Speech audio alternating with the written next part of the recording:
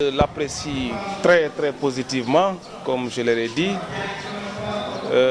Ces enseignants de Diourbel qui ont décidé de nous accompagner politiquement et dans le développement de Diourbel, qu'il s'agisse d'inspecteurs de l'éducation, de professeurs de lycée, de professeurs de collège, de professeurs de l'élémentaire, de professeurs du préscolaire. C'est tous les ordres d'enseignement de Diourbel, à peu près 200 enseignants qui ont décidé de nous accompagner dans nos actions politiques et dans nos actions de développement. Comme je l'ai dit dans mes propos tout à l'heure, l'enseignant est de par nature critique et c'est difficile de voir des enseignants qui s'engagent à cette façon en politique. Et je voudrais donc les remercier. Je mesure encore la motivation supplémentaire que cela me fait dans le cadre de mes activités politiques et de développement. Et je me suis engagé à les accompagner dans le cadre du développement pour l'éducation encore des jeunes de Diourbel, mais aussi pour des actions, pour des actions politiques, pour accompagner la mouvance présidentielle dans ce que nous faisons. Monsieur le ministre de Diourbel, avez-vous des projets pour la région? Oui, je suis ministre de la République. J'ai des projets pour le Sénégal. Le ministre de la République, je mets en œuvre la politique du chef de l'État en matière de formation, d'emploi, d'apprentissage et d'insertion professionnelle. Et Diourbel, bien évidemment, fait partie des régions du Sénégal. Le président de la République nous a instruits, d'abord dans le cadre de la formation, de construire des centres de formation pour engager nos jeunes à aller vers la formation professionnelle. Et Diourbel va en bénéficier, la région de Diourbel, j'allais dire, qui va être privilégiée par rapport à ces centres de formation, parce que Diourbel sera la seule région où on aura 4 centres de formation au lieu de 3, comme dans les autres régions. Diourbel aussi aura un programme d'appui à l'insertion des jeunes, mais Diourbel aussi a déjà un programme d'apprentissage, parce que les apprentis de Diourbel, conformément aux orientations du président de la République, vont être accompagnés pour aller faire de la formation initiale dans les centres de formation, accompagnés à développer leur plan d'affaires, accompagnés aussi pour mettre leur activité en marche. Donc Diourbel, comme toutes les régions du Sénégal, va bénéficier de l'accompagnement du ministère dont j'ai la charge.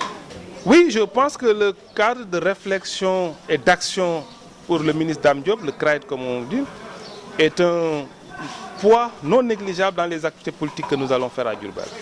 Et je leur ai expliqué que notre politique, la politique du président de la République, est basée sur le développement.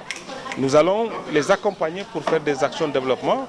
Nous allons aussi les accompagner pour renforcer notre activité politique dans le département de Diourbel. Je suis rassuré parce que quand je vois l'engagement des enseignants que j'ai vu ce matin, comme je l'ai expliqué, tous les ordres d'enseignement, des inspecteurs, des directeurs, des professeurs, des maîtres arabes, je suis rassuré que c'est des gens engagés, déterminés, motivés, qui vont nous donner un très grand coup de pouce politique dans le département de Diourbel. Acteur politique, je l'ai dit plusieurs fois, j'ai toutes les ambitions qu'un homme politique peut avoir pour sa collectivité. Donc je suis entré en politique, entre autres, pour Diourbel. Mais comme je rappelle souvent, c'est une question d'équipe. Je pense que nous devons nous battre pour que dans les collectivités territoriales, qu'on ait les meilleures équipes, les meilleurs fils de notre région, de notre département qui devront conduire les destinées de notre collectivité.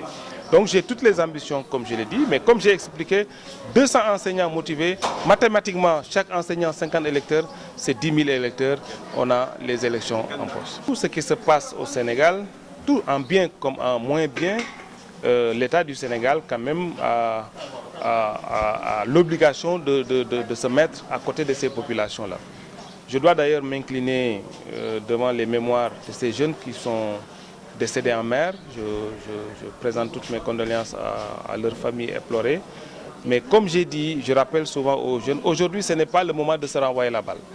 Le moment c'est que tous les Sénégalais doivent se retrouver autour de cette question pour d'abord sensibiliser, informer, communiquer avec les jeunes, depuis les familles, bien évidemment aussi depuis la communauté et avec l'État. Nous devons tous parler aux jeunes que partir n'est pas la solution. Les gens peuvent partir, mais il faut qu'on les aide à partir dans de meilleures conditions, mais pas dans des pirogues. Donc l'État du Sénégal travaille, c'est une difficulté, c'est vrai, mais l'État du Sénégal travaille à trouver des solutions comme on l'a toujours fait. Je rappelle souvent que nous avons beaucoup de dispositifs qui devraient permettre de prendre en charge la question des jeunes. Mais comme on le dit souvent, nous avons une population très jeune et c'est cela que le président de la République a voulu inverser les tendances en misant beaucoup sur la formation professionnelle pour que les jeunes puissent avoir un métier.